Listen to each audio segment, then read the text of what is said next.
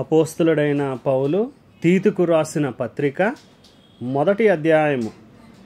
దేవుడు ఏర్పరచుకునిన వారి విశ్వాసము నిమిత్తమును నిత్య జీవమును గూర్చిన నిరీక్షణతో కూడిన భక్తికి ఆధారమగు సత్య విషయమైన అనుభవ జ్ఞానము నిమిత్తమును దేవుని దాసుడును యేసు క్రీస్తు అపోస్తలుడునైన పౌలు మనందరి విశ్వాస విషయంలో నా నిజమైన కుమారుడగు తీతుకు శుభమని చెప్పి వ్రాయినది.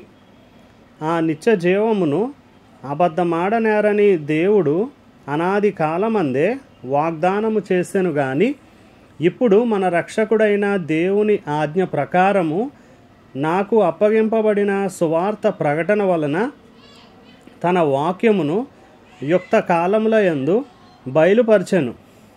తండ్రి అయిన దేవుని నుండి మన రక్షకుడైన క్రీస్తు యేసు నుండి కృపయు కనికరమును సమాధానమును నీకు కలుగును గాక. నేను నీకు ఆజ్ఞాపించిన ప్రకారము నీవు లోపముగా ఉన్న వాటిని దిద్ది ప్రతి పట్టణంలోనూ పెద్దలను నియమించు నిమిత్తమే నేను క్రేతులో నిన్ను విడిచి వచ్చి తిని. ఎవడైనను నిందారహితుడును ఏకపత్ని పురుషుడును దుర్వ్యాపార విషయము నేరము మోపబడని వారై అవిధేయులు కాక విశ్వాసులైన పిల్లలు గలవాడునై ఉన్న ఎడల అట్టి వానిని పెద్దగా నియమింపవచ్చును.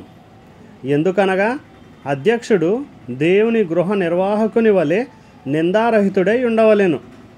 అతడు స్వేచ్ఛాపరుడును ముక్కోపియు మద్యపానీయు కొట్టువాడును దుర్లాభము అపేక్షించువాడును కాక అతిథి ప్రియుడును సజ్జన ప్రియుడును స్వస్థబుద్ధి గలవాడును నీతిమంతుడును పవిత్రుడును ఆశా నిగ్రహము గలవాడునై ఉండి తాను హితబోధ విషయమై జనులను హెచ్చరించుటకును ఎదురాడు వారి మాట ఖండించుటకును శక్తి గలవాడగునట్లు ఉపదేశమును అనుసరించి నమ్మదగిన బోధను గట్టిగా చేపట్టుకొనివాడునై ఉండవలెను.